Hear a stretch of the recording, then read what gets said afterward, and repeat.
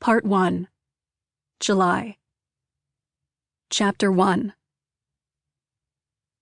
Every weekday morning, as the sun rose above 6th Avenue, a peerless crop of women, frames poised, behavior polished, networks connected, and bodies generally buffed to a high sheen, were herded by the cattle prod of their own ambition to one particular building.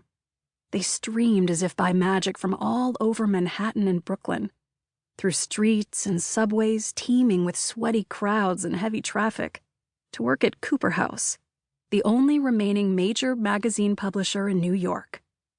Some, like Bess Bonner, a 28-year-old associate editor at Rage Fashion Book, arrived earlier than others, though her colleagues frequently staggered in around noon after long nights spent drinking fistfuls of sponsored celebrity vodka in yet another chartered barge or pop-up school bus. Never Bess, who took pride in being punctual. Monday through Friday, she stuck to the same routine. First, she walked her bike, a large Dutch commuter, through the West Village streets to pick up her coffee at Joe. Second, she stood on the sidewalk and drank half the cup, no matter the weather. Finally, she took diligent mental notes on the outfits of pedestrians who were, like her, freshly pressed to meet the promise of the day. One Monday in July, in attire that was stylish but functional, trousers clipped back with midnight blue leather bands, her buttery navy kid leather backpack stuffed in an orange milk crate affixed firmly to the back with neon cable ties, and a waterproof oilcloth bag that held an emergency poncho tucked beneath her seat. Bess drank her coffee, took her notes, and hopped on her bike, pedaling toward Cooper. After a few minutes of glorious, uninterrupted speed through Chelsea, a rush of adrenaline kicked in, and she smiled. That final mile of her morning commute both boosted her mood and set the tone for the long day ahead, working at the magazine she'd worshipped her entire life. Today, that work meant sorting bracelets into velvet trays. She hung a left on 39th Street, crossed Broadway, and pulled smoothly into the Cooper garage. Gina, the usual attendant, took her bicycle and wheeled it into the rectangle of her personal parking spot, a privilege for full-time employees, as Bess took off her helmet and shook out her tangled mess of dark blonde curls. Shouldering her backpack, she walked up to the aluminum post outside the service elevator and waved her phone in front of it.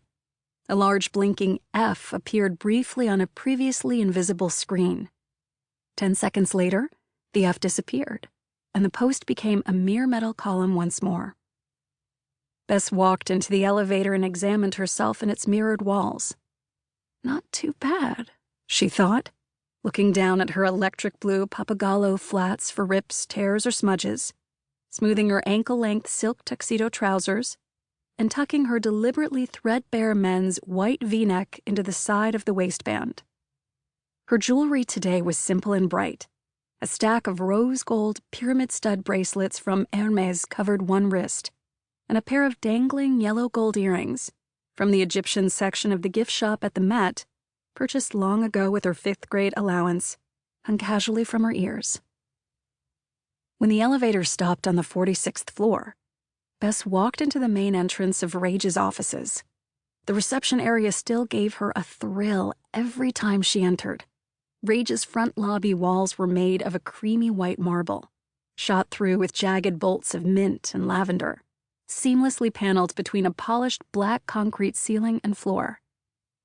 Rage Fashion Book was etched in 3-foot platinum-leafed letters across the wall opposite the elevator bank. The front desk was a sculpture by the architect Maya Lin, made of stacked gradient discs of a now-extinct ash tree suspended on 4 thin wires. There was a silver rotary telephone in place of a receptionist, as Margot Villiers, Rage's editor-in-chief, had decided long ago that the first face of Rage should never, ever be a person. Just this empty, Lynchian room with a single telephone, through which you could dial a 2-digit extension for any of the 75 women in the office. There were no obvious doors save for the elevators.